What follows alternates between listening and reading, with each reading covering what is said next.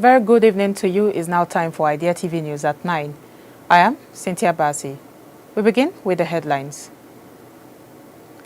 Nationwide blackout as national grid collapses for first time in 2026. South Africa set to launch digital ID by year end. President TINUBU approves incentives to boost jobs and foreign exchange inflows. Burkina Faso launches national mini data centers to boost digital sovereignty.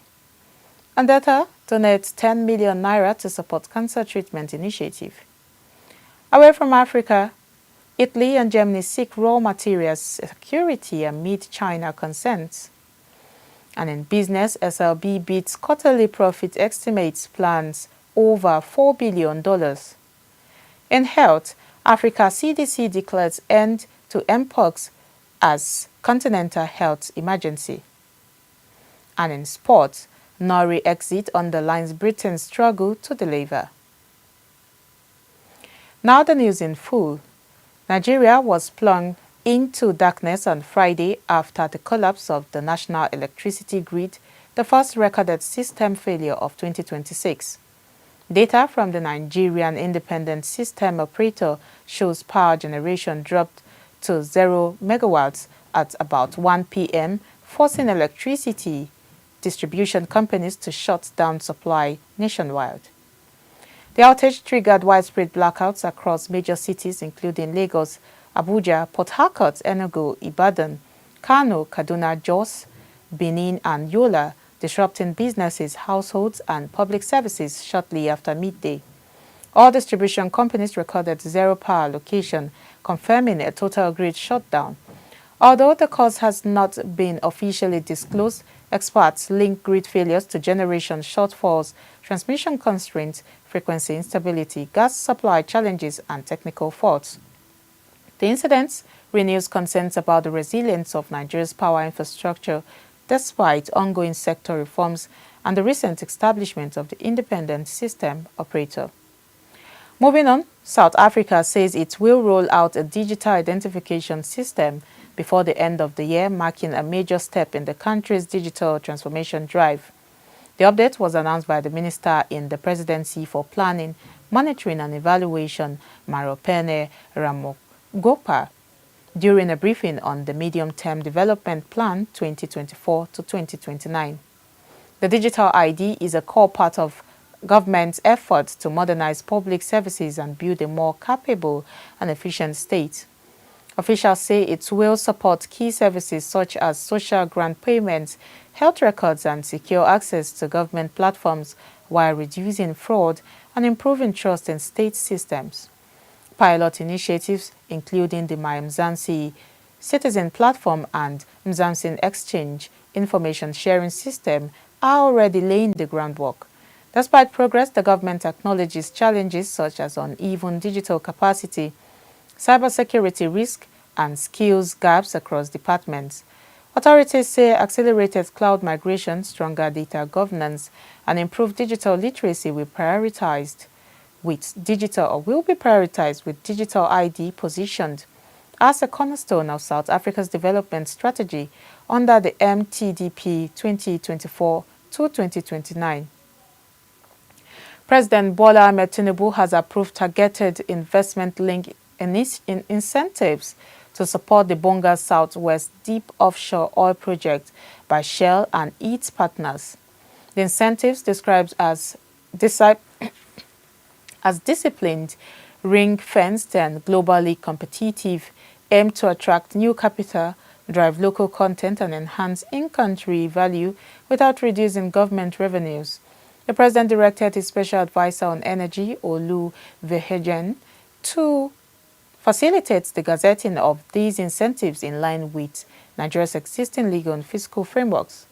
Tinubu emphasized that the project is strategic to Nigeria's economy with the potential to create thousands of jobs, generating significant foreign exchange inflows and sustain government revenues throughout the project's lifespan.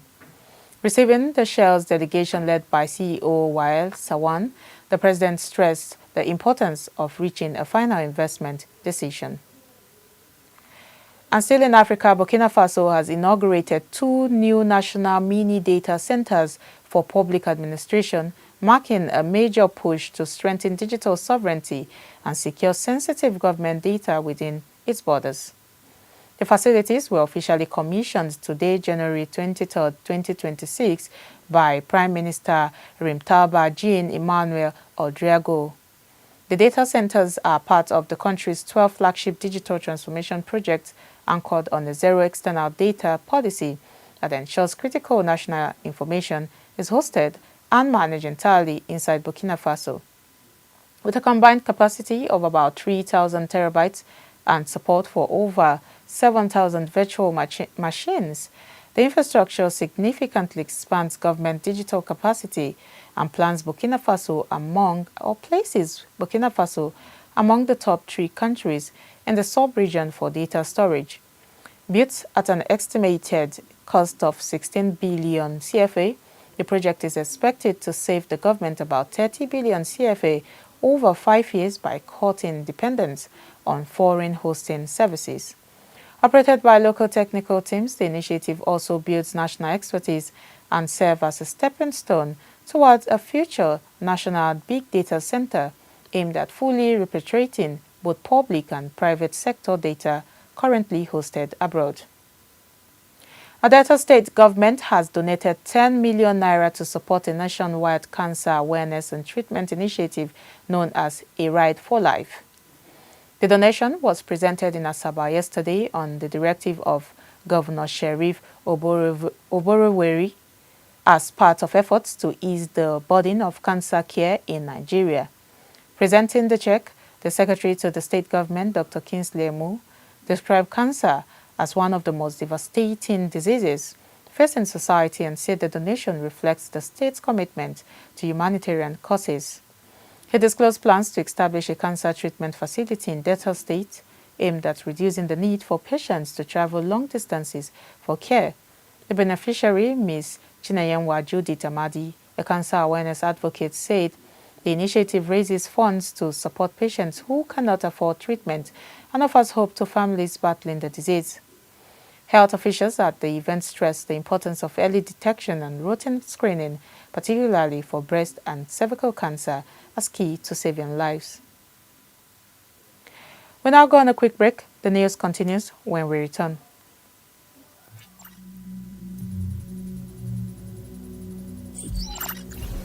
Augmented reality, AR, and virtual reality, VR.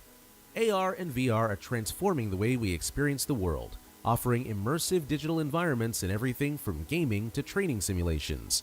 AR overlays digital elements onto the real world, think Pokemon Go, while VR immerses users in a completely virtual space.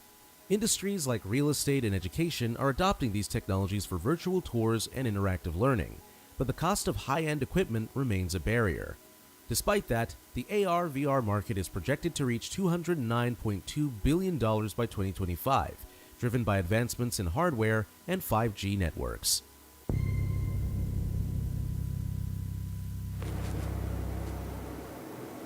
Good to have you back, and if you're just joining, this is Idea TV News at 9. Now, the rest of the stories. Away from Africa, Italy and Germany are ramping up efforts to secure critical raw materials, citing growing concerns over reliance on China for key industrial inputs. The move comes as European industries, particularly in automotive, electronics and renewable energy sectors, face supply chain vulnerabilities due to geopolitical tensions and export restrictions. Officials from both countries stress the need to diversify supply sources, both domestic production and establish strategic partnerships outside China. Germany is exploring investment in Africa and South America, while Italy is focusing on Mediterranean neighbors and European mining initiatives. The strategy aims to ensure industrial resilience, energy transition progress, and economic competitiveness, while reducing dependency on single-country suppliers for rare earth elements, lithium, and other essential materials critical to high-tech and green technologies. Now in business news, SLB, the world's largest oilfield services provider, formerly known as Schlumberger, reported stronger than expected profit for the fourth quarter, exceeding Wall Street estimates. The company also unveiled plans to return more than $4 billion to shareholders this year through dividends and share buybacks, including a 3.5% dividend increase. The earnings results were released on the 23rd of January this year, covering the quarter ended December 31st, 2025. The announcement came from SLB's headquarters in Houston, Texas. SLB's performance was buoyed by its $7.75 billion all-stock acquisition of Champion X, which boosted revenue and profit contributions and helped North American revenue grow about 26% amid a softer regional market. Analysts said the deal expanded SLB's portfolio into production chemicals and artificial lift technologies, strengthening its offerings amid industry challenges. Investors responded positively with SLB's share price rising sharply this year, partly on expectations the company will benefit from renewed activity in Venezuela's oil sector. Industry analysts also highlight SLB and rival Halliburton as well positioned to capitalize on global energy investment trends. Now in health news, Africa's top public health body, the Africa Centers for Disease Control and Prevention, has lifted MPOX as a public health emergency of continental security, citing major gains in surveillance, vaccination and outbreak control across the continent.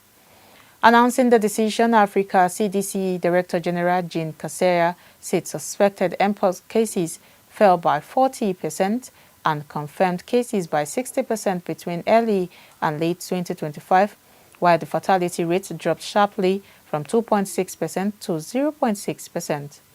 The progress follows a coordinated response led by African Union member states, Africa CDC and the World Health Organization, including the deployment of over 5 million vaccine doses in 16 countries. Africa CDC stressed that MPOX remains endemic in some areas and warned against complacency. The MPOX transition roadmap will now guide sustained prevention, surveillance, vaccination, and local vaccine manufacturing as the continent shifts from emergency response to long-term resilience against epidemic-prone diseases.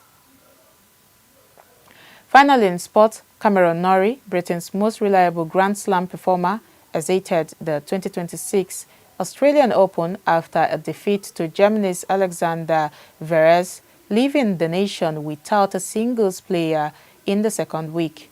Norrie, 30, has reached the third round in 15 of his last 20 majors, but progressing beyond has consistently proved difficult.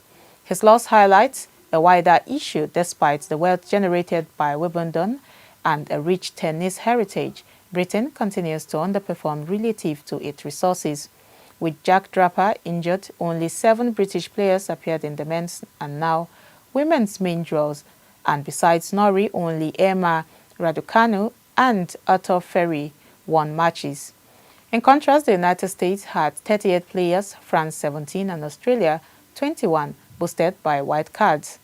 Norrie's rise from South African-born and New Zealand-raised player to Wimbledon semi-finalist and top 10 world ranking underscores both his individual mentality and the lack of depth at the very top of British tennis. Looking ahead, British tennis still shows promise. Qualifying draws featured a record 9 men and 2 women, with teenagers like Mika and Hannah Klugman and Mimi Su generating interest. Strength remains in men's doubles, where multiple players rank inside the world's top 10. LTA chief Scott Lloyd stresses that successes should be measured not only by singles champions but also by top 200 representation and nationwide participation, providing a pipeline that may eventually restore Britain's standing in the elite tennis arena. And that's all we have for you on Idea TV News at 9. But before we go, here is a recap of the headlines. We brought to you news that nationwide blackout as national grid collapses for first time in 2026. And South Africa set to launch digital ID by year end. TINUBU approves incentives to boost jobs and fix inflows. While Burkina Faso launches national mini data centers to boost digital sovereignty. And Delta State donates 10 million naira to support cancer treatment initiative. Away from Africa, Italy and Germany seek raw materials security amid China concerns. And in business, SLB beats quarterly profit estimates, plans over $4 billion. In health, Africa CDC declares end to MPOX as continental health emergency. And finally, in sports, NORRIE exit underlines Britain's struggle to deliver. Now, do not forget to follow us across all our social media platforms at Idea Television. I am Cynthia Bassi. Thank you for watching.